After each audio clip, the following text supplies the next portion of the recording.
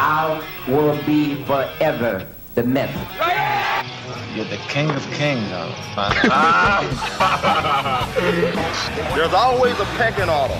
The little packers never mess with the big packers.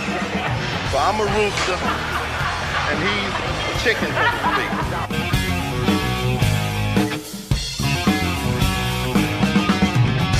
All right, welcome back to another episode of the Bodybuilding Legends podcast. I have a very special guest with us today, Mr. Mike Sapp. Mike was a trainer of Arnold way back in 1980 when Arnold was getting ready for the 1980 Mr. Olympia. He also spent a lot of time out in California training with a lot of other great celebrities out there. And now he's in Hawaii, Honolulu, and he owns a training fitness center out there. So, Mike, appreciate you coming on the show. Great to meet you. Nice meeting you. Go ahead. I thought we could just start with the very beginning. Like, how did you get into bodybuilding? What got you into it? Well, I didn't really get into bodybuilding initially. I mean, like everybody, you get some weights at home, the Sears set with the plastic, whatever, and start with those, right? And then you go from there, and then you meet a friend who's more into it than you, and he takes you to a gym, and then it just kind of goes from there. And then so I've been working out. I played some junior college football, but I was just training, mostly upper body stuff, and it was good. And then I walked into a health food store one time with a buddy, and the guy there says, "Hey man, you got a pretty good build. Check this out." He showed me a magazine, and I looked at it, and I was like, Tony Emmett, the guy from London, on the cover, and I looked at that, and I said, "Holy shit! I'd never seen nothing like that." And then that was it. I mean, I was done. I mean, I'm at junior college, playing football, and I'm like writing down like all the bodybuilders' names that I can think of, and it was really, so the last day of football, that was it. I was out and going to do my thing. Where did you grow up, Mike? I grew up in a town called San Dimas, which is about 45 minutes east of Los Angeles. Okay. There was no gyms really out there. It wasn't really, you had like a little high school, basement, and that was about it. Yeah. But I had a friend of mine, a guy's name was Steve Kephart, and he turned me on. He said, "Hey, come check this out." And he took me out to Bill Pearl's. And so that was like my first gym, out there. And first gym that I joined, Bill Pearl's gym, was in Pasadena. That was probably in the, like 76 or so, 75, something like that. And I remember joining there, walking into the Pasadena gym, and Bill was behind the desk, with this flat top and tanned. I mean, and he looks at me and he goes, you got to start with like body weight squats, because I didn't do legs, so that he was pretty hardcore. And his gym was on Green Street, and his house was in the middle of the parking lot. So the parking lot went right up to his back door. Okay. Wow. It was in the front, but I mean, the parking lot for his gym was surrounded by his house, and so you'd see him in the morning. If you went there early, 5 o'clock in the morning, he'd come out his back door right in the parking lot and walk into the gym and train. Oh, wow. He was pretty amazing. I mean, for his age. He was crushing guys. And he would tan on top of his roof. Okay. Down and train. And I don't know, he had a brother named Harry too. Yeah. You've heard of Harry Pearl? I heard he was really big guy. Big dude, like Fu Manchu mustache, long braided ponytail, and always wore cut off sweatshirts, but his forearms were huge. And he was a cool guy. And, he kind of like, brought us in and kind of pushed us along and kind of guided us, that kind of thing. So I see this shirt behind you there, the Pasadena Health. Oh yeah. So, that's another, little thing of mine is I collect gym shirts, I can talk to you a little bit more about that later, but so this was like my first, I got my membership card with this. Okay. Great. And the tank top. I mean, I kept everything, that kind of stuff. Yeah. Did you get a chance to work out with Bill, or you just kind of no. Yeah, he was a whole nother, he was in another league. He was trained with guys. I think he was actually training his last competition, or he was guest posing at the Universe or something. And he was probably 50 years old at that time, Yeah. He was still in great shape. Yeah, I think he guest posed at the Mr. America in '78, and I heard he looked amazing at that So competition. that was probably what he was training for at that time. Yeah. How heavy did he go? Did he train pretty heavy on everything? I don't remember the weight, but he had to have. He wasn't like a Serge Nubret, Right. He was a strong dude. He was. Yeah. Bill was amazing for his time, and even like you said, as he got older, he was incredible. Yeah, he pushed, and then I couldn't understand why he left his gym, and then he went up north, right? He had his own his own. Yeah, in Oregon, yeah. Mm-hmm. He trained early in the mornings at 5 a.m. But now being, that, age, I got my place. I come here at 5 o'clock, 4:30. Yeah.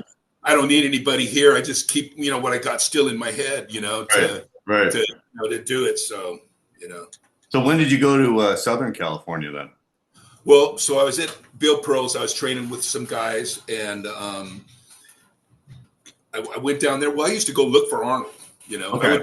We would go down to. I mean, we didn't really. I knew Golds was whatever, but I still didn't really connect it too much. I was still kind of fresh with everything. Yeah. But we would drive down to Santa Monica Pier and go on the beach, and it's in the middle of the beach, and would walk from Santa Monica Pier to Venice Pier. Yeah.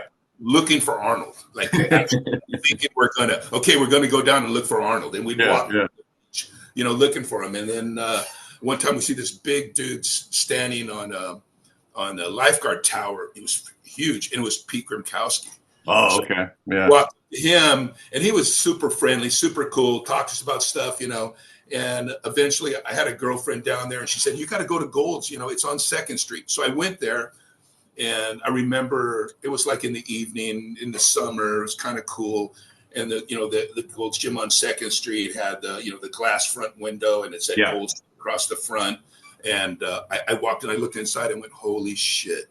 The Mentzer brothers, Ken Waller, Robbie Robinson, Danny Padilla, all those guys. And the gym wasn't that big. Did you ever train there? No, I never went to that one. No. It wasn't that big. I mean, it was nothing. Yeah. And those guys were all in there at the same time. Yeah. And I was like, holy shit. And I said, I'm coming, I'm moving here, Wow, no kidding. So you moved there? Oh, yeah. And then I moved there. I was working for a company that, we did, like, back then those days, I mean, you either worked in a gym or you were a bouncer or some stuff like that. And so I got a job down there. I was working concerts and stuff, bouncing that, the front stage and stuff like that. We did theater and those things.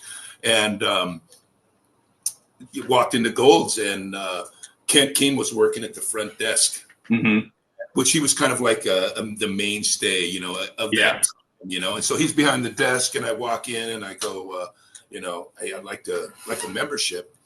And he's like on the desk writing. He goes, he didn't even look at me. He just goes, the rates are on the wall. And I'm like, okay, I'll take 2 months. Yeah. And he goes, fill this out, so I'm filling this thing. I give it to him, and he looks at it and he goes, Sapp. He goes, no wonder you want to work out with a name like that. So that was like my introduction to the, the mentality of Gold's in Santa Monica. So how old were you then, Mike? I started late. I didn't really start training until after high school. So I was probably 21. Okay. At 21, 22, which is kind of late for that time. But I mean, Gold's Gym, on 2nd Street was it was a place where the most into it guy in your town, in your county, in your city, the dude that's all he was known that's what this gym was full of. Right. Guys like that who would come. And I was like, I mean, I could still work out. I mean, I was pretty strong. Yeah. I could train, but I would be like the lowest, I'm like in the lower level of dudes. And then you had the guys that was only guys that were, mostly guys that were like, competing for the LA pros. But I mean, the guys that have been around for a while, there was Manuel Perry and, and all those guys. Lou Ferrigno would come in, and then Bob Jackowitz, era of guys, Charles Glass, I started training. I mean, I was in there, in training, and I was watching Larry Jackson work out, and I didn't really care. I walked up to him and said, "Hey man, can I work out with you?" Yeah. And so he let me train with him. And then, I became a training partner of his when he was training for the Cow. So that was, my initiation. And it was like, Larry Jackson. Yeah, Mr. California. Yeah. So I trained with him for that contest, and it was brutal. I mean, it was 20 sets of everything. Wow. Three times a week, though. Wow, no kidding.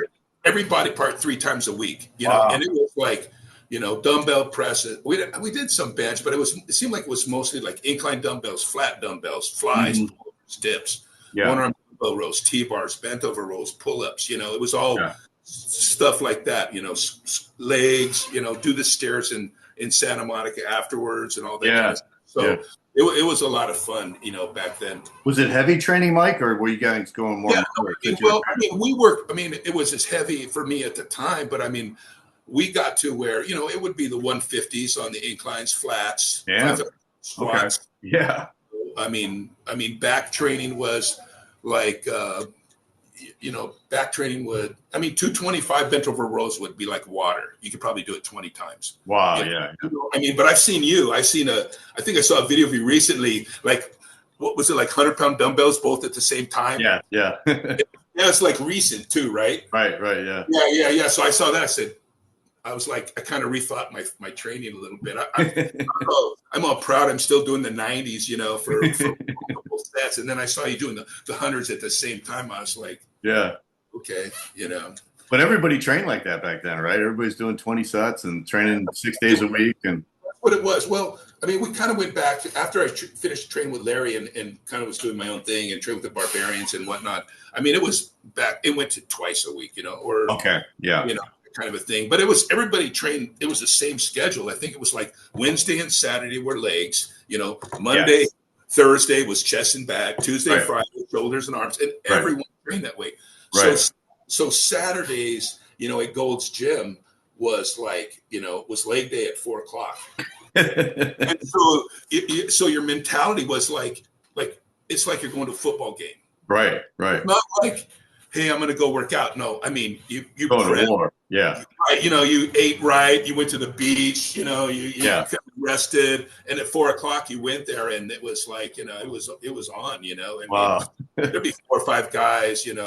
Maybe we'd have 2 racks, but it was kind of the same guys. But that's so cool. Yeah.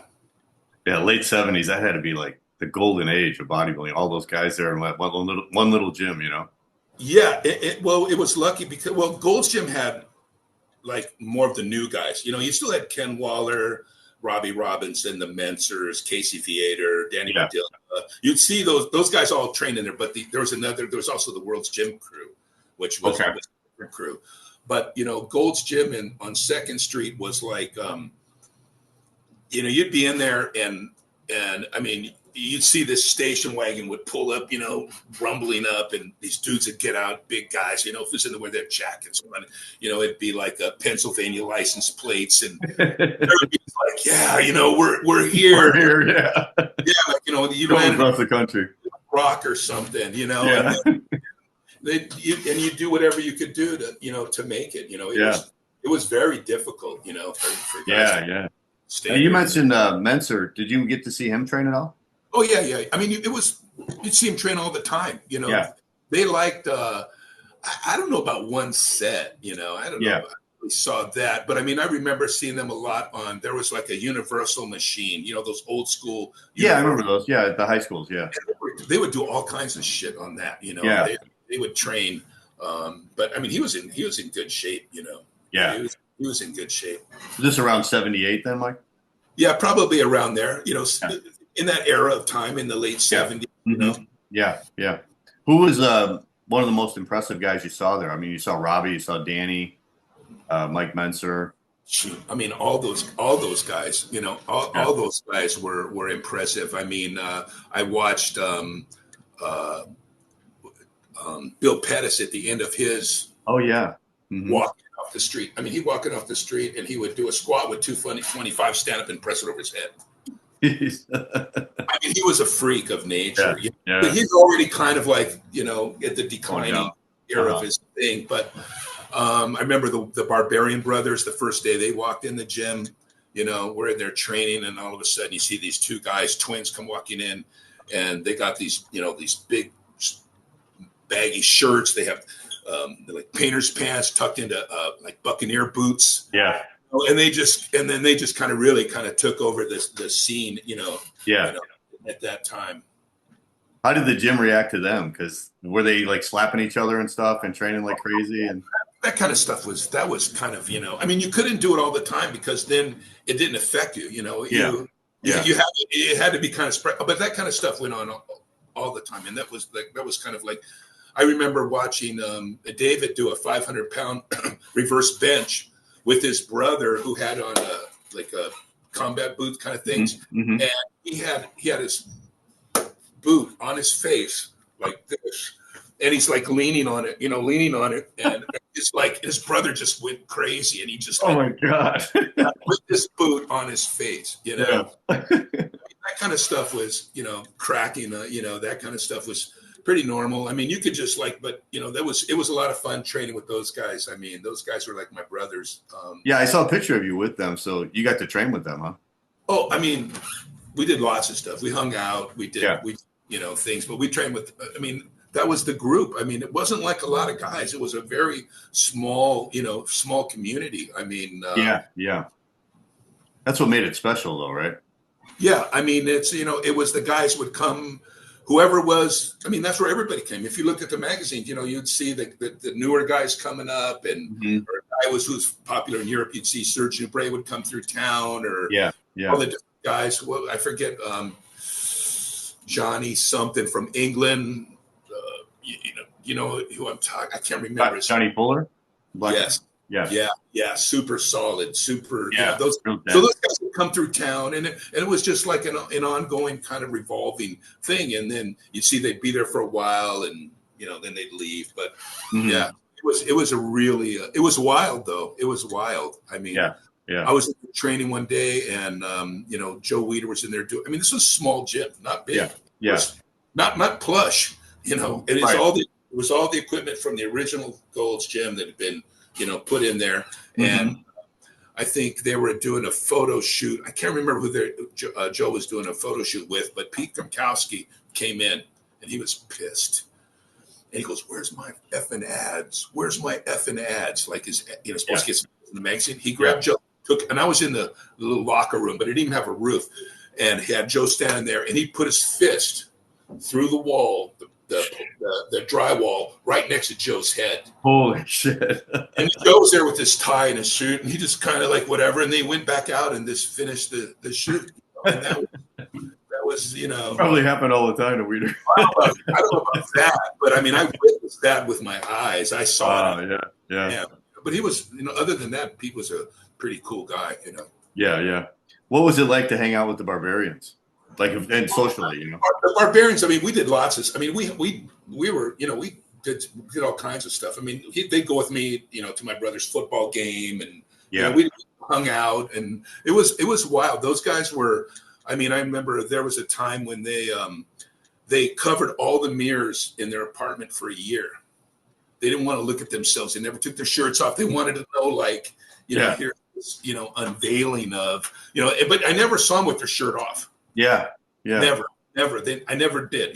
They'd wear tank tops sometimes and stuff, but they were super strong. It was a lot of fun with those guys. I mean, it was pretty wild stuff. Awesome. Did you get to go to any of the shows around there at the time, Mike? Like I mean, I went to California, when Larry was there, when he beat Gary Leonard, I went up to that show. I mean, there wasn't really a lot of shows in LA, I think there might have been a pro show at some point in time. I don't think once in a while, I've gone to that. But I mean, we'd go to the LA, and things like that. I competed in the LA. I was more of a training partner than I was a better training partner than I was a bodybuilder. Yeah, yeah. So I competed in the 80 LA. I think Bob Paris won that year. Okay. But I think he was a lightweight. I don't even think he was a heavyweight at that time. Yeah, I think he started as a light heavyweight. Yeah, you're right. Yeah. Right. So Gold's Gym then. It was great. I mean, as far as like the craziness, I know. Remember one time we were doing chess with the Barbarians, and after a while, the slapping thing doesn't really work as much because it. But just spontaneously, I'm training with those guys, and we're there, and I had a cup of coffee, and I'm looking at Dave, and when he looks at me, you have those kind of guys. You can look at your training partner, and I can still get goosebumps. Yeah. Pretty man, right? Yeah. And I'm looking at him. And I took a bite out of my styrofoam cup of coffee and I just poured it over my head. And his eyes just went like, and he just like, you couldn't do that at World Gym though. Yeah. Couldn't do that at World Gym. How did you eventually go to Worlds and then meet Arnold? Well, so I was working. I got a job at this place called, it was the Sports Connection. And it was like the first super club on the West Coast. Yeah, I remember seeing pictures of that in Muscle Fitness. Yeah. Yeah, it was like the first one, giant club, first one on the West Coast where they had racquetball, the gym, the juice bar, and like aerobics was starting to, just happening. This is like, I don't know, late 70s, 80s, something like that. Yeah. And so Arnold was coming in, but he had already been retired for like almost 5 years, right? Right. And so he was kind of really slimmed down. He was going there and doing aerobics. Okay. He wasn't training. He was just doing aerobics. Yeah. But I would always, stop him and ask him a question. And he was pretty, I remember following him out to the parking lot one time and saying, "Hey, Arnold, how come sometimes, I'm strong and sometimes I'm not? And, what? So, your body goes through, you just got to push through it, and this and that." And like, okay. And then one day he walks up to me and he goes, he used to call me Monster. He goes, you want to, you ready to work out? Let's do a workout. And I was training with Barbarians and Larry, and I was like into it. And, he was doing aerobics. And I'm like, Yeah. I didn't really think too much about it. And then one day it was about 2 o'clock or so. He did an aerobic class and he walks up and he goes, "Monster," he goes, "Meet me at World's Gym at 4 o'clock for a no nonsense leg workout." And the way he said it, I just went, okay. And I went down to my boss, who was kind of an ass. He was like a defensive captain at UCLA football, a big dude. Mm-hmm. And I went up to him, I said, "Hey man, I got a chance to train with Arnold at 4 o'clock. If you want to let me go, great. If not, I quit." That's what I told him, man. I said, I was going to quit my job. And I needed to train with Arnold, yeah. And I needed my job too. I was living with a couple of guys, and I needed that job. I said, if not, I quit. And he said, "Okay, go." And so, I'd never been to World Gym. And the thing is, I did legs the day before with Barbarians. So, but I'm like, okay, well, if Arnold asks me that, I'm going no matter what. Right. And so I walk into a World Gym the first time. You got to go up the stairs, no music, quiet. And then Arnold's over by the squat rack, and then there was this other guy there who was going to train too. His name was Greg Benedict, and he was from Pittsburgh. Okay. 6'2", gray sweatshirt, like flat top, shaved head kind of thing, gray sweatshirt, gray sweatpants, and just staring at me like, who's this California dude that's coming to our gym? And that's, those kind of guys, right? Yeah. He's thinking to himself, I'm going to crush this. And I had like some weird pants on, shorts, and like a cutoff flannel shirt. My hair was, because I was always at the beach. I had like blonde hair and blonde stuff. hair, yeah. And I come walking in and he just looks at me, man, like, oh man, I'm going to get this guy. But if I'm training with Arnold, we went all out. So we had a great workout, and Joe Gold walked up to me and he said, "Hey, don't worry about membership as long as you're with Arnold. I got you covered." And that's how it started. Wow. What was that first workout like? Do you remember what you guys did? It was all, squats, leg press, leg curls, leg extensions, all the stuff that, we did back, hack squats, we probably did all that stuff, Was Arnold still pretty skinny at that point? That day, but not the next day, and not the day after that. we, I mean, he literally grew in front of your eyes. Wow, no shit. It was just like within a matter of weeks, it was like crazy, you know. Well, when was this, Mike? Do you remember, like August? Well, I don't remember the actual month. I mean, but it was for the 1980 Olympia, right? Yeah, so Mm-hmm. A bit sometime in between there. I was maybe for, I don't know, 4 months, something like that. Okay. Months. But it was like intense. You know, it happened quick. How much was he squatting? I don't remember the squats. I don't think this, you know, initially, I don't remember like super heavy legs squats. Yeah. I don't remember the weights on that. I can't remember, Okay. but I mean, he got his legs up. I mean, I know at the end he was having some knee problems, so you know we had to like kind of adjust, to meet that. Yeah. You said toward the end he was doing squats more in the Smith machine, huh? Well, I remember the last night that I trained with him. He said it was at night, and we went there, and he was getting ready to go to Australia, and we worked out, and that's how I had that one picture with that was a great picture. Yeah, squats, but I mean training with him, so it would be sometimes he would train with Arnold. I mean, with Franco would come in and work, but Franco wasn't really there, and the workouts were so hard that Joseph Wilkosh was training for the Universe at that time. I remember that halfway through the workout, he was downstairs throwing up. Wow, no shit. It was a tough pace, you know. Yeah. The thing that I know that was different was like the chest and back workout. We'd start with presses. I think we did a lot. We do incline barbell, but the first press group would superset with pull-ups. Okay. Chest back, and then he basically was kind of like get the pull-ups out of the way. Yeah. Then finish chest, and then all you got is your rows. Okay. And he was doing like barbell rows and.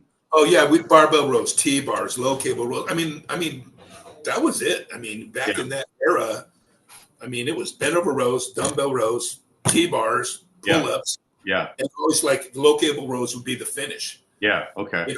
And it was always heavy, right? I mean. Yeah. How many plates can you stack on the T-bar? Yeah. Right. One's falling off the end. Wow. No shit. How heavy was he going like on barbell rows? I don't think we weren't going like maybe 225, maybe a little bit more, I mean, but his body and the tempo, I mean, I don't think that he started off with the intention of competing because I didn't even know. We never talked about it. I didn't know. Yeah, that's what you said. You didn't know he was going to compete. We were for Conan. I mean, he had he said, "Hey, let's go to lunch," and he took me we went to eat lunch at in Marina Del Rey, and he started telling me about the movie, and he had to get this part, which was great for me because when I was a teenager, I read that whole series of Conan books. Yeah, me too. Yeah, you did too, right? I mean, I think that's what everybody did, Right, exactly. Book, right, and but he just literally grew in front of your eyes. It was wow, that's so crazy. So it was a lot of sets, like you said he did, right? A lot of volume, but I mean, heavy enough to. It wasn't light training. It wasn't like a pump workout. Yeah. Oh no! I never did any of that. I don't know anybody. The only person I ever know that did that, like we watched too, was Serge. Yeah. So did you guys talk a lot, or was it just pretty much like real strict? I mean, real business when you were doing that. Talk, joke around. There was always a lot of joking around, a lot of meals, with the guys. They had to do this thing. They're sitting at the table, and they're stirring the coffee with the spoon, and then. Put it underneath the guy's arm and, shit like that. I mean, it was, go and eat, big meals, it was a lot of fun. It was pretty wild. Yeah. So I'm sure you asked him, why you training so hard? Cause he was off for like 5 years and stuff. Well, Conan, he was training for the movie, and then, I guess he got in such good shape that, He I mean, this, the story, right? He got there and tells the guys, "Oh, I'm injured. By the way, I'm injured." He was just going there to be a commentator, I think, at the time. Yeah. But there was a guy that used to work at Gold's Gym, the original Gold's. Name was Brian Abity, and he used to work the front desk, and he was training at the Sports Clinic too. And he says, if Arnold starts doing side, I told Arnold the story. He started laughing. Because I had breakfast with him like a few weeks ago. Oh, really? Yeah, and then Brian said, if he starts doing side lat, for the rear delt on the ab bench, lay on this side, with this thing here, if he starts doing that, he's entering. And we started doing those towards the end. Okay. But I didn't think nothing about it. I trained with him the night before he left. I had no idea, no clue that he was entering. Yeah, that contest, 1980 Olympia, it's now 45 years old, and it's still talked about like so much. It's the most controversial in Mr. Olympia, and there's all these theories that, Arnold knew he was going to do it, and he did it for Paul Graham so they could, he was doing Paul a favor so Paul could make this Pumping Iron 2 kind of movie. And there's all these different theories. And Arnold himself, I know I've read interviews with him, and he said that he did it, he was training for Conan because they told him he needed to be in shape. And that's why, and then at the last minute, like you said, he just decided he wanted to do the contest. Well, I'm sure there was a couple people that knew. Yeah. I'm sure there was a very small group, but yeah. I didn't know anything about it. I flipped out when I heard, Yeah. That's wild. Yeah, that had to be such a, how did you feel? Growing up, looking at Arnold in the magazines, and now you're actually training with him. Not only looking at it, but I think, it's a process when you kind of get into it, certain things trigger things that kind of push you down that path. I know one Christmas, before I'd gone to Gold's, before I went to Bill Pearl's, my mom got me this book, Education of a Bodybuilder, the little, and then that was like, the Bible of training, right? Yeah. Okay, this is what I remember going to a wipe, taking a book, sending it out, dumbbell flies, and then copy it, right? And then, okay, Arnold trained so hard when he did legs that he fell off his bicycle. Right. That's how hard you got to train. All right, man. Yeah. It's not to a certain point. It's beyond. And okay, so you eat cottage cheese and you put a can of tuna fish on top of that. Right. And, I'm sure he did the same thing. Yeah. Oh, yeah, for sure. I was a huge Arnold fan. Yeah, he was my idol. When I was 14. Yeah. Right. So when you have a chance to train with him, and you're doing curls in the gym, and he says, okay, when my arm goes up, you curl. Go 1, and he'd count in German. And they're just. Yeah. Every workout is everything you got. Yeah. It had to be so motivating. Just training with him. And then. I think there was a contest in LA around that time, and I remember this one day that people had come and to train at the gym, visitors, guys buying daily passes, and guys were lined up inside the gym just watching, So, wow. But Joe Gold, he ran a completely different kind of ship. Mm-hmm. He had money in his pocket. If some dude went in there and he would drop the weights, Joe throw him out. Right there. Hey, you take your $200, go back to Gold's. He had the money ready. if you yelled, if you made a lot of noise, or if you did that kind of stuff, he'd probably give you a warning, but then he'd toss you out. Wow, yeah. Did you see anybody else training at World's Gym when you were there? At that time, so you had Gold's Gym was like the younger guys, and some of the guys, but a lot of those the guys from the.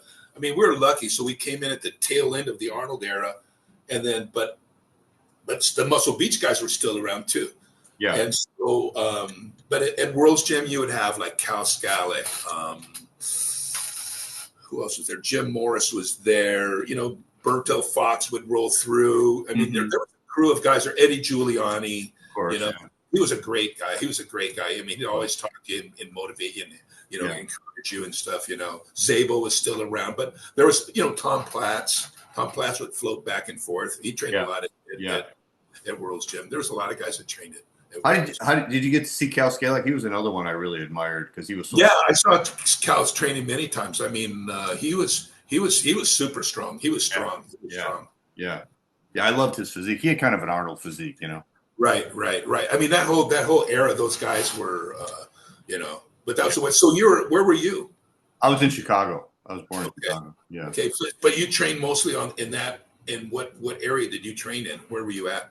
It was the southwest side of Chicago. I lived in the suburbs. But I went to a hardcore gym, and a lot of good guys came out of there. You know, Mr. Illinois, Mr. Central USA, Mr. Midwest. You know, they would win all those contests. So it was a good hardcore atmosphere. And I started competing as a teenager. So, you know, I was into competitions at a young age, you know. Nice. Yeah. Yeah, that's amazing. So you said Arnold trained with Joseph, Wilkoch, and Franco. Now, was he training with those at a different time, and then he would train with you at night, or? He would do sometimes 2 workouts a day, twice a day. Mm-hmm. Maybe do a morning workout. I think we'd probably split things up. I can't remember exactly how it worked, you know, but probably train with them, you know, 4 times a week, you know, something like that. And okay. You know, hang out and eat and train. But it was I mean, it was all out workouts. It was good. You know, back then, you know, you basically, to live there, you know, to train at Gold's in Santa Monica, to train, you know, at Worlds. I mean, it's like you were like a starving artist. You know, you kind of gave up everything, you know, to make it. Nobody had any money. No one had money. Guys living, you know, 3 guys in a studio, 3 guys, you know, you have a 2-bedroom apartment, you know, one guy in each apartment, the other guy lived downstairs. And, you know, and that's what you did. I mean, you know, you did whatever you could. Guys sleeping in cars, you know.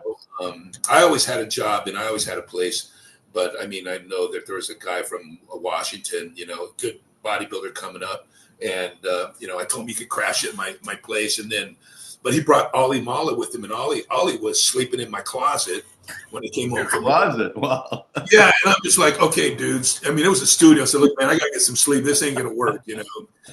I mean, no extra bedrooms in that place. That's how hard it was. I mean, and even though I lived maybe 45 minutes away, I barely made it home for holidays. You know, you stayed in this one area, and everything was there. You never left. I mean, there was Lincoln Boulevard, which is like kind of the main road that runs, parallel with the beach, which was maybe 15 blocks up. I never even probably went past that. You just stayed in this one place. You know, there was the smorgasbords that you would eat at. You know, everybody knew where the smorgasbords were.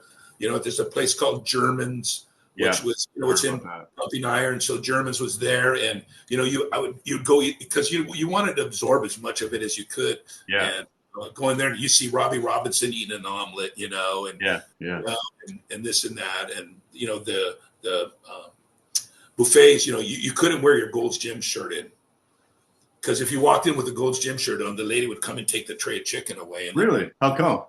Because the guys would go in there and eat, like, you know. 15 minutes. I see. Okay, whatever. But it was a great, you know, atmosphere back then. Yeah, that had to be like one of the best times of your life back then. Oh, it is for sure. I mean, I mean, my gym. I got all kinds. I collect the photos and stuff. I've got like a lot of old pictures and stuff. I got the Pumping Iron. You know, things in that, and then I collect gym shirts. You know. Yeah.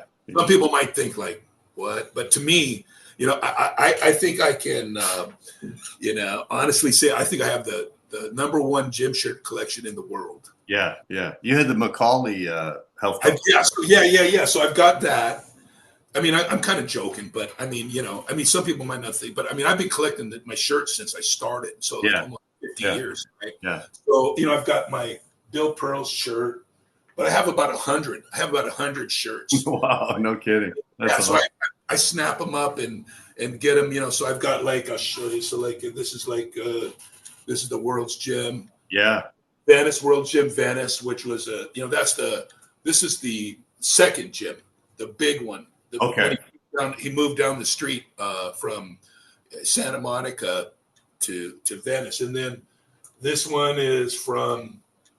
This is Santa Monica, right? So this is from the Gold's Gym 2nd Street. Yeah, that's the one you were going to. Yeah. Yeah, right. So Gold's Gym 2nd, and these are hard. I mean, the Gold's Gym 2nd Street. You know, it's very rare. I've only maybe about half a dozen of those. Those are really hard to come by. Yeah, it looks brand new, Mike. Yeah. So it's pretty good shape. And then I just grabbed these from the top, and then this is the World Gym Santa Monica. But then on the gorilla, on the back shows the back of the gorilla. Oh yeah. Okay. We got that. I got a Bill Pearl's Oh yeah, I remember that one. Yeah, Red, white, and blue. Yeah. Uh-huh. Right. There's like a photo with him and Jim Morris and those guys together. Yeah, they all had the shirts on. Jim Morris was a super cool guy. Yeah, I heard that. I heard he was super nice. Yeah. Shaped like all the way to the end. Yeah. He was a big guy too. 70. I mean, I'm like, he was in shape. Well, he was Elton John's bodyguard. I remember that. Yeah. And then I was looking at that picture you sent me, that group shot in front of World's Gym, and he was big. He was like one of the biggest guys in the photo. Yeah, and he had a gym in Hollywood too, right? Uh-huh.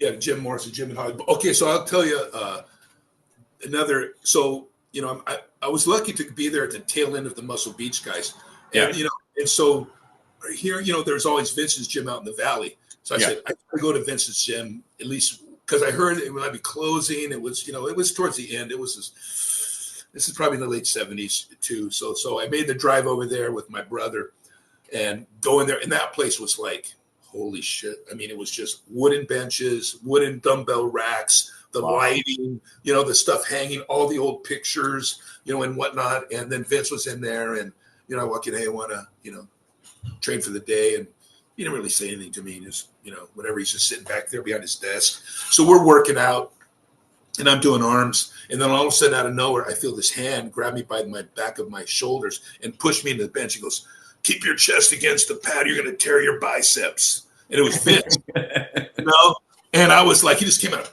grabbed me, barked at me, And, but to me, I took that as a compliment, that he's trying to help you out. He's just checking us out to see, if we're like, goofs or, but I mean, we were working out, and so I took that compliment that he would take the time. So yeah, that's awesome.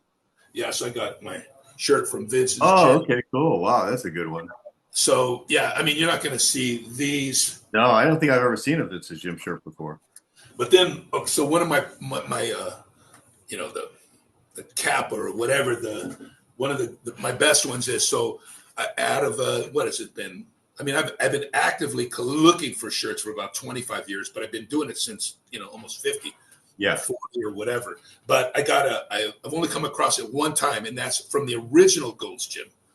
So this is from this shirt from the original Gold's Gym. But when I had breakfast with Arnold, about 2 weeks ago, I brought it out and said, hey man, I got this shirt, and so he signed it for me. So yeah, that's the way. So I don't know what I'm going to do with all this stuff, but maybe I'll do like a coffee table book or something someday. You still stay in touch with Arnold? Huh? You guys said you just had breakfast with him. So, I mean, out of so you go at Gold's Gym now. I mean, out of all the guys there, I mean, I only recognize a few people. I mean, there's nobody. Everybody's kind of moved on and whatever, but which is kind of crazy. So, out of all the guys that have trained, from the 70s, the 80s, the 90s, all those bodybuilders and whatnot, Arnold is like one of the last guys that still comes there. Still there, yeah, right. In the morning on a certain, just by whatever, like in the, late mornings or whatever, you'll bump into him. So I kind of know when he's going to be there. So, anytime I go to town, I go, so my family still lives out there. I've been in Hawaii for, 35 years or whatever. Wow. Okay. Mm-hmm. Right. And, but I'll go. And so, I'll bump into him there. And, I was just there, like I said, maybe about 3 weeks ago. And, it was kind of I don't know, sometimes the universe just kind of lines up. And my brother was, I said, come on, man, let's go to Gold's. I ain't going to Gold's. Well, this is like about an hour drive. I said, come on, let's go to Gold's, And I said, let's go. And so, okay. So we go down to Gold's and we're going to do back. And then in the parking lot, the parking lot, they turned the parking lot to all the equipment, right? Yeah, I saw that. Yeah, they have all the equipment. All the equipment's out there. And so we go, I like this one back piece. It's a plate loaded Nautilus piece, and it feels great. And so out of all the machines, we go out there and then we're started doing this workout. And then I look over and I see Arnold pulling up on his bike with a couple of dudes. He was with Rolf Mueller. Oh, yeah. Mm-hmm. Rolf Mueller was with him. He was always hanging. He's a super cool guy.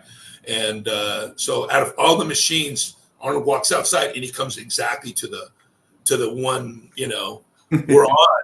And I see him and he kind of jokes around a little bit. I step aside and just swings in, and starts doing his workout, I mean. Yeah. And then, I was with my brother and my wife, and he goes, so what? Are we going to breakfast? And I go, oh, sure. I got my wife and my brother. He goes, I didn't ask you who you're with. I asked if we're going to breakfast. And so we went, and we spent about 2 hours, Wow, that's so awesome. There, and another guy, and he's talking about, just bodybuilding and the first time against Surge and whatnot. And it was super cool. He loves bodybuilding. I saw him in an interview recently with Theo Vaughn, and I was amazed. He's like bringing up the 1964 Mr. America when Vern Weaver won and he beat Sergio Oliva, and I'm like, how does he remember this stuff? I mean, most historians can't remember these dates, and Arnold remembers all these details. Yeah, that's what's really motivating. He still pushes, right? Yeah. All these guys are what is he, 77 or something like that? Yeah, 77. Yeah. Movies, TV shows. Yeah. His contest back in Ohio. Yeah. I went to the first one of those, but he's still pushing. So now, he motivated you, like in the beginning to get training, and now when people say, "Oh, when are you going to retire? When are you going to do this?" And now, well, wait a minute, look at frickin' Arnold. He did his book, did his documentary. The guy, and so he can still motivate you in a different way. Just to keep training. Yeah. Yeah, he's such an inspiration to so many people, and he knows that, and he tries to motivate all these people. Right.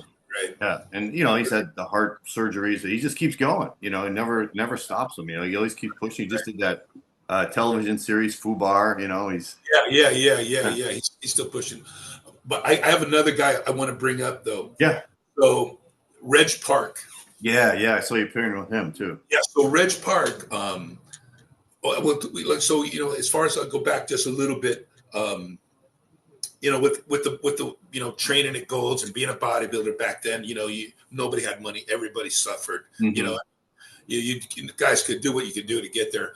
But so I went to Hawaii. I had to get away for a while. I needed a break. So I went to Hawaii for a 1-year vacation, but turned into 5. And when I came back in '85, the guys who were living, multiple guys in a room and this and that, guy pulls up in like a little Mercedes. He's dressed nice. And I was working at a bar on Main Street called Merlin McFly's. And I'm like, what are you guys doing, man? What's going on? He goes, oh, we're doing personal training. I said, what's that? We train people for money. People pay to train them. I said, are you shitting me? And I'm like, what? And then he goes, yeah, I'm opening up a private gym, and this and that. It's called Private Exercise in Santa Monica or on Olympic Boulevard out there. And he's got 3 offices. I said, I want an office. I want to do that, And so I'm like, I'm working the front door at this. They just remodeled, revitalized that whole area. And so there's a lot of people coming in there. Okay. So I started looking for guys wearing Rolexes, and they have a nice watch. I look at that money. I get some cards. Hey man, you want to start working out? Yeah, sure. Let's do that. And so I got a client, I got another client, and then just built that up. Yeah. So in the offices there, the guy next to me, John Park, I met John. So John had an office next door to me.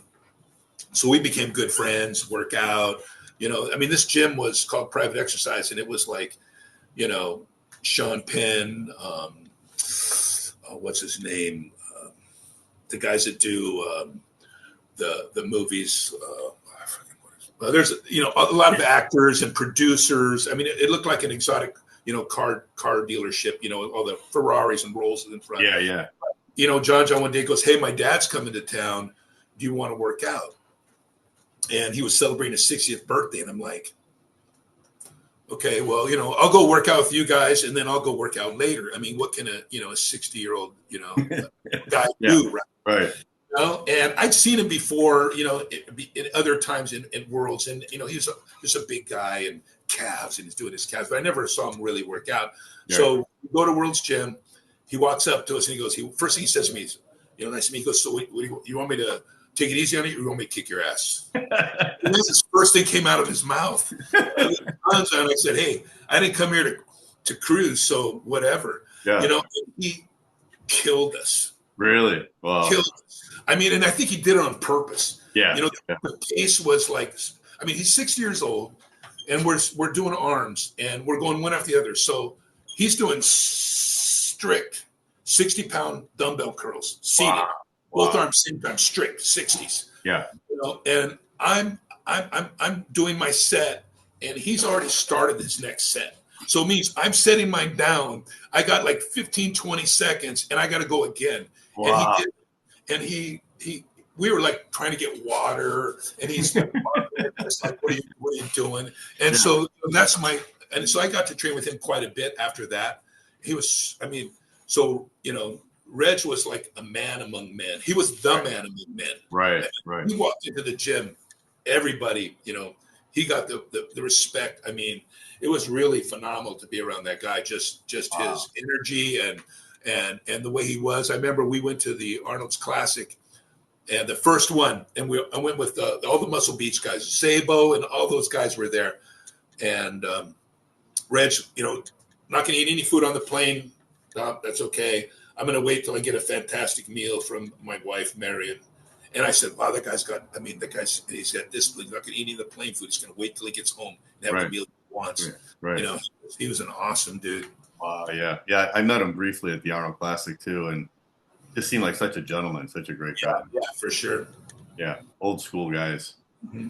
So what did you guys train arms that day then when you trained with him? Well, we trained arms that day. Yeah, we trained arms that day. But I mean, I trained with him, many times, because like, me and his son were, we had an office, and he would come to the gym and train, and, I'd give him a ride back. He'd jump in the back of my truck and sit in the back and give him a ride home. And so another story kind of thing is, at the Arnold's Classic, the first one, we were there, and I got to meet Tony Novak. Mm-hmm. Yeah, you've heard of him, right? He was notorious, like a legend of like a partier, tough guy, throw people through, Oh, really? Yeah, I mean, he was a badass. Yeah. And I'm thinking to myself, and so I got to meet him, and we started partying, after the contest, we're at a bar, and we're getting ready to go to a club, and I think, okay. I mean, I was a bouncer for 10 years, so, I could, handle, and I'm like, oh, I got a chance to go train with Tony Novak. This is going to be, now I'm going to complete my whole, Gold's Gym, Golden Era thing. I'm going to party with like the main guy. Yeah. And then Reg goes, so what, training tomorrow? Meet me at my room at 5:00. And I look, and I'm like, shit, I guess I ain't going to party with Tony Novak. Yeah. Right. So we're at that hotel. The hotel is filled with bodybuilders. I mean, it's the first one. It's huge. So 5:00, I'm at the room. Me, John, and Reg, let's go get some coffee. We're going through the lobby. Not a soul, not a single person. Yeah. There's a little table like up there top, where they had coffee. And there's one guy sitting underneath a lamp sitting there. It's Bill Pearl. So we go up there, and hey, Bill, how's it going? And then the four of us, we went to go work out, So I thought it was like one of those moments where, oh man, damn, working out Reg Park and Bill Perot. Only two guys up in the whole hotel. Right, the old school guys, right. No one else was even up, so yeah, that was good. That's so awesome. Wow. I heard this story when I was young. I heard, Arnold was training in the gym. I think maybe it was after the 1980 Olympia. And he said he was training with a young guy. I don't know if it was you or the other guy. What was the other guy's name? Benedict? Greg, yeah. And he said his training partner showed up late, and he yelled at him like he was reaming him out. I don't know if that was – I don't know. It wasn't us. Yeah, it wasn't you. Okay. I don't know about that. Yeah. But I know that I'm sure you remember the Arnold calendars that would come out every year. Yeah, I've got those, yeah. Mm-hmm. No, yeah, me too. I saved those things. Yeah. And I mean, every year, I mean, in the beginning, before I even trained with Arnold, you look at that and you see those pictures because there was no like media or anything, No social media. Magazines, if you can find it in a store somewhere. And so I'm going through the calendar after he won, and then all of a sudden it goes training partner. And then in there, there's a picture of them training. I can see myself in the background, but then, like he's talking about his training partners. If it wasn't for his training partner, and then he goes in the mornings, Franco's reliable, this and that. And then he goes in the evenings, he put himself in the hands of youth, Greg and Mike, who reminded, I saw that, man. And I was like, I mean, that was enough to fire me up for a long time, What did you feel, Mike, after you heard that he won the contest? Were you shocked? Oh, we couldn't. Fucking blown away. We couldn't believe it. Yeah. What did you feel looking at that contest? Looking at the pictures, because there's so much, like I said, there's so much controversy over Well, that. I mean, yeah, you could probably say his legs could have been Yeah. better, but Arnold's Arnold, right? I mean, yeah, hard to beat if you're going to beat him, you think you got to really beat him. yeah. Well, I think that's why that contest is so controversial, because a lot of people said he wasn't good enough to win. Other people said, well, he wasn't at his best, but he was still better than the current crop of bodybuilders at that time, Yeah, but like I said, I mean, to beat him, you'd have to really beat him, and he'd have to be, to be in bad shape. I love that picture you sent me when you were squatting in the Smith machine, because you could tell that's kind of like how he kind of looked at the contest, like good upper body, real. Well, yeah, but that picture really doesn't make his legs look very good. It makes him look, it's not a very complimentary picture of his legs. But that was the night before he left. Yeah. Wow. The night before he left. That was the night before he left. That was it. I mean, that's like 7 o'clock at night or something, like you say. It was late. It was a late workout, late night workout. Let's train. Why was his knee hurting? Was it because he was pushing so hard he hadn't trained that hard for a long time, and then he was just pushing so hard? Well, I mean, why do we get an elbow? Right. Yeah. I mean, it happens, right? Yeah. Because I heard he had a shoulder injury too. I heard he took a cortisone shot before the. Maybe I think I heard something like it, but that didn't really seem to. But I guess if you take time off and then you come back, I don't know how old he was at that time, but I think he was 33. Yeah. I mean, that's usually you don't get hurt too much. I mean, you're going to have little things, typically, I guess, But training as hard as he was and as frequently as he was, I could see why he could get hurt. Yeah, I mean, it could start hurting. Yeah.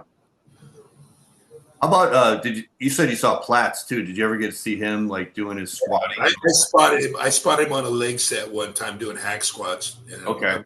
I wanted to go home afterwards. I mean, hey, can you spot me? Okay, he's going. All right, I'm helping him up, and then he does another one, and another one, and another one, and he kept going and going, and I'm watching this, and I mean, he was doing, and I was just like, I couldn't believe it.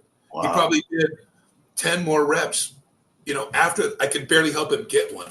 Wow. And I'm just watching him, and he's like, Yeah. There's another one. And then, like, that's what I'm saying. It was like another one, and then again and again.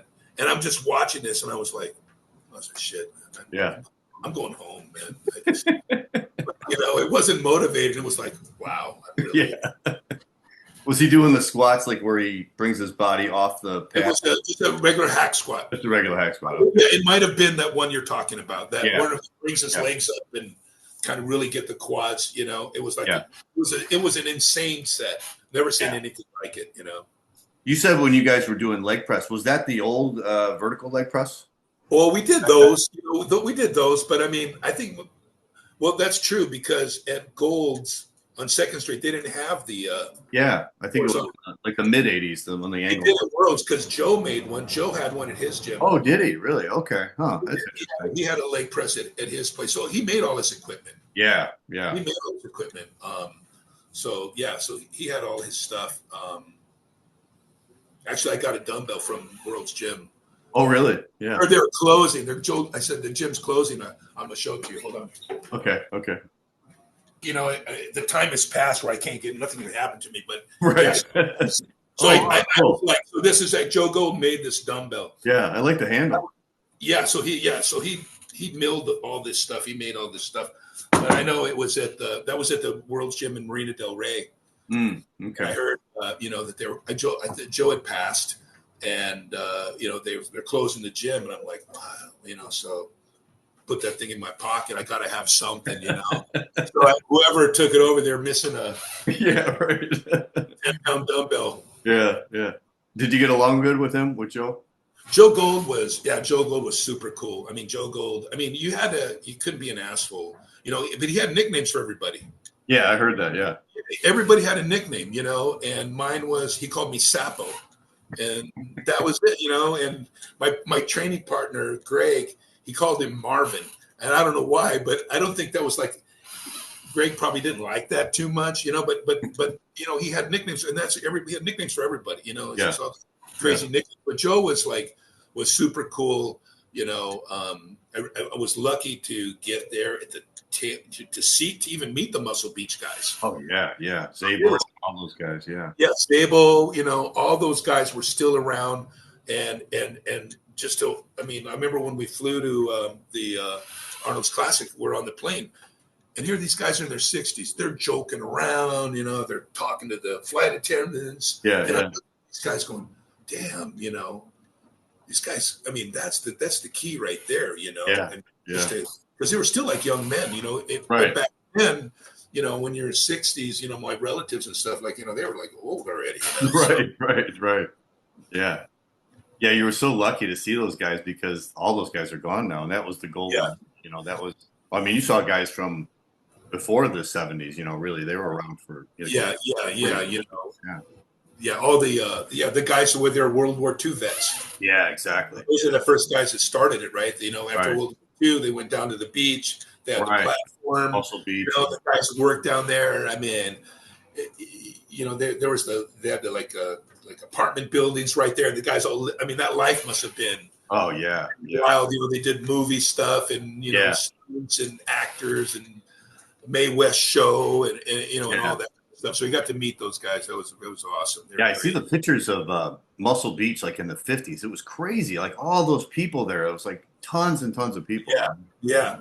With the contests and stuff like that. It was and it's still there. You know, I mean the you know, the buildings are still there. I know one time I would go down there sometimes and I would just like sit on a bench and just absorb the energy. Mm-hmm. And then one day I was walking back and then sitting on another bench was John Gorgat, who was a guy down there, Zabo and Joe Gold and another guy. So they had gone down there just to kind of check it out. You know, and that was one of those moments, you know, you just like, I was just a young dude, you know, but they were always really, you know, cool to me, you know. Yeah. So when did you move to Hawaii, Mike? I went there from 80 to 85 just to, you know, get a break from LA for a while. My friend Steve Strong, who I think I showed you pictures, but this is Steve Strong. Oh yeah, the big guy that you had the picture of. He was a wrestler. He's out of Arizona, but he was a Hawaii wrestling champ, and he's 6'4". I mean, he could do 100-pound dumbbell curls, and he's a drug-free guy. I mean, he was super strong. And he told me, yeah, you got to go to Hawaii, go check it out. So I went there for a year, but I stayed for 5. And then when I came back, you know, I started doing the personal training, but then I wanted to go back because Hawaii was pretty awesome. Yeah. And they needed a gym. So my goal was to open up a gym there. Right. So I went back in 89. One of my clients said, hey, I'll bankroll it. You work it. And so I said, let's go. And so we went and we started with, it was like about 8,900 square feet. I brought one guy with me, my partner and me, and let's do it. Dennis Tenorino made all the equipment. You know, they kind of copied. He had a guy that kind of mimicked World's Gym equipment. So we got that. We bought a few pieces of flex equipment and had a long dumbbell rack. I mean, my dumbbell rack was gigantic, you know. And I tried to make it, you know, like similar to I tried to bring Gold's Gym to Hawaii. Yeah. And, you know, but the reason why we made it is because before in Hawaii, you know, nobody paid for memberships, right? The bigger you were, you know, nobody paid, right? Yeah, so I told all my friends, hey, man, everybody's got to pay. So, you know, we built it up. It was like 8,900 square feet. And, you know, we built it up to, you know, I ended up moving and we had like 20,000 square feet, like 5,000 members, you know. Wow. It became really, it became successful. And we brought in all kinds of equipment. We brought hammer strength in. We brought, you know, I just spent shitloads of money. Every money I just bought equipment, you know. And so we did well and sold that to Gold's and then ended up staying here. Okay. When you went on the 5-year vacation, what were you doing then for a living? Working at a club, you know. At a club? Okay. Working at a nightclub in Honolulu. Oh, a nightclub. Okay. Gotcha. Yeah, it was in Waikiki. Mm-hmm. So your personal studio now is that in Honolulu also? Yeah, it's in Honolulu. So we train business guys and, you know, stuff like that. We do corporate fitness and yeah, we're pretty busy. Yeah, my parents always go on vacation to Maui, so if I ever go back, I'll have to come by and. Yeah, for sure. If you swing into Honolulu, give me a call. Yeah, absolutely. Yeah, because I've never been to Honolulu. I always just go to Maui, just to visit them for like a week. Yeah, it's more action. It's a city, but there's the beach. I don't go to the beach too much anymore, but you end up getting to know a lot of people. It's pretty nice. Yeah. You still follow the bodybuilding scene now, Mike? Are you keeping? No, not really. No, I kind of fell out of that. When I was doing, I competed a couple of times in Honolulu, Mr. Hawaiian Islands. I did the LA. I did a Muscle Beach one. I think I did before that. But we do a little bit of stuff back then. Nothing crazy. Everyone kind of did the same thing. It was the same everything. But when I came back, I'm like, okay, I'm gonna get back into it. So I went and bought some stuff, and it was equipoise. Mm-hmm. And I'm driving down the street, and I got my stuff, and I got it. This guy, he can get it. And I open the bag and look equipoise, and there's a picture of a horse, a cow, and a pig. And I'm looking at that, and it was like, okay. I don't know if this is. I mean, what do I do? And I'm thinking about it. And I took the bag and I threw it out the window. Yeah. The whole thing. I just threw everything out. I just threw it out the window. I'm driving through Venice, just tossed it out the window. And then that was it. And then my friend Steve, he was, he always talks trash about, guys on the shit. Yeah. And so we went the opposite. So we tried to outdo guys, in the gym. Stuff to see how strong you could be, whatever. So, that was it. I stopped taking, that. Yeah, you sent me a couple of pictures of you when you were competing or posing. Well, that was when I turned 40. So when I turned 40, I tried to. So it was like extreme dieting. I didn't really, I think it was like 4 months. Yeah. We still did the low carb diet, right? Yeah, that's what everybody's doing back then. Yeah. Right. So it would be like, I think it would be like one potato, one basket of strawberries. That's your carbs. And then, fish, chicken, no dairy, no oil. Yeah. You could, you just try to survive, right? You couldn't look at TV commercials. You couldn't. Right. Yeah, I know. Sleep. I mean, it was, Yeah. I'm still competing myself. I'm getting ready for a show next week. That's wild, man. You're in great shape. Thank you. Yeah. That's awesome, man. I'm like kind of depleting my carbs a little bit now. Oh my gosh, it's so hard to get through the day. It's like. So how many carbs do you eat now? Well, it varies, what I'm doing is like to peak for the show, I'm going down to like 100 grams on the low days. So that would be the weekend before, and then doing a lot of cardio. So I get really depleted. And then starting on Monday, leading all the way up to the contest, they call it linear loading, where you're just kind of gradually increasing the carbs throughout the week, And then by the time you get to the end of the week, you're filled out, but you're still really lean because you depleted so much over the weekend. What contest are you training for? I'm doing a national level one. It's called the NPC Universe, and that's in New Jersey on the weekend of July 4th. And then I'm doing another local show out here in St. Pete, Florida, like the weekend before, just as a warm up. Wow, did you say NPC? Yeah, the NPC. Yeah. Well, that's like, open. Yeah.